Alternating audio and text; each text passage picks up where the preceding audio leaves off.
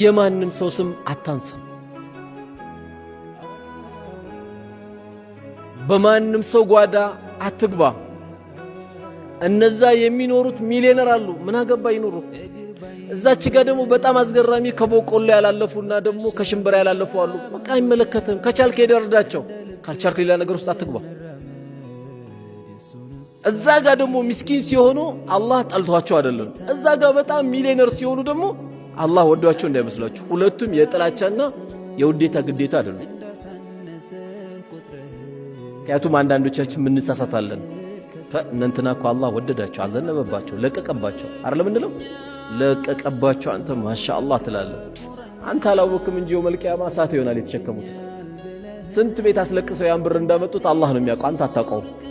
ያንተን ጸጋ የምታውቀው ነገ የውመል ቂያማ ነው። አንተ አላህ ያዋለልን ጸጋ የምታውቀው ዛሬ አይደለም፣ ነገ የውመል ቂያማ ነው የምታውቀው። ስለማንም ፎቅ፣ ስለማንም መኪና፣ ስለማንም ብር አንተ አይመለከትም። አላህ የውመል ቂያማ የሰው ልጆች አራት ነገር ሳይጠይቁ አያልፉም ተብሏል። አራት ነገር ማንም ሰው ሳይጠይቅ አያልፍም።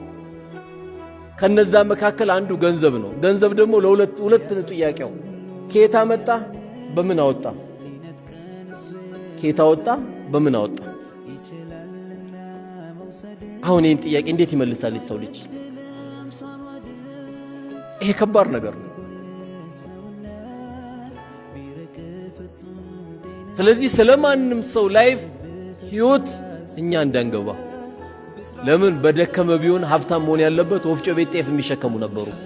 30 ዓመት እስካሁን ለነማዘር ጤፍ ሲያመጡ አይደለም 25 ዓመት 20 ዓመት በእኛ ካልኩሌተር ቢሆን ምንም አዲስ አበባን አያውቅም። አላህ ወደ 10 ፎቅ ሊሰጠው ይችላል። እኛ ምን አገባን? نحن قسمنا بينكم እያለ አላህ እኛን የምናከፋፍለው እንጂ እናንተ አይደላችሁ የምታከፋፍሉት ነው ያለው።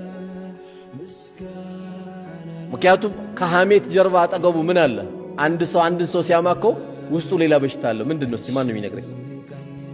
ምቀኝነት አለ። የሚያማሰው እኮ ምቀኝነት ስላለው። አላህ ደግሞ ምን አለ? አም يحسدون الناس على ما آتاهم الله من فضله እኔ ባከፋፈልኩት ርዝቅ ነው እንዴ እናንተ የምትመቀኛኙት አለ። ስለዚህ ከማን ጋር የተጣለው? ከአላህ ጋር። አከፋፋይ አላህ ነው። አንተ የተሰጠ ድርሻ ካለ ለሚገባው አካል ማከፋፈል ነው ካንተ የሚጠበቀው።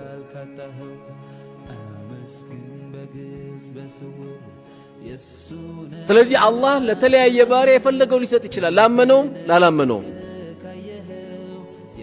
ላመፀውም ላላመፀውም። አላህ ለፈለገው ይከለክላል፣ ለፈለገው ይሰጣል። ዱንያ እንደሆነች 950 ዓመት እድሜ ኖረው የሚሄዱ የኑህ ህዝቦች አልፈውበታል። ይኸው 60 እና 70 ዓመት ደግሞ ተብሎ የተነገረው ይሄ ኡማ ነው። ዛሬ መስጊዳችን 90 የሚያክሉ እድሜ ከተገኙ ማሻአላህ በሉት፣ ጨረሱት፣ ጨፈጨፉት። ኮኔ እድሜ የቡሰውን የበሉት ነው የሚባለው። ግን ያው ዱንያን ጨርሰዋል። የሄዱት ነክተዋት ነው የሄዱት። ዱንያ እኛን ትጨርሰናለች እንጂ እኛን ጨርሳትማ። ሰዎችን እየጨረሰች ነው የምትወስደው እንጂ አንተ ጨርሳት። ትውልድ እየተካከዳል እያለ ቂያማ ይቆማል። ስለዚህ ማንም ሰው ሐሜት የሚባል ነገር ሲጀምር መጀመሪያም በሽተኛ ነው ያሰውየ። ሐሜትን ሲጀምር ምንድነው? በዛ ወንድሙ ወይም በዛ እህቱ ወይም በዛ ቤተሰብ የታመመው በሽታ ስላለን ያ በሽታው ምንድነው? ምቀኝነት ነው። እንዴት ከየት አመጡ?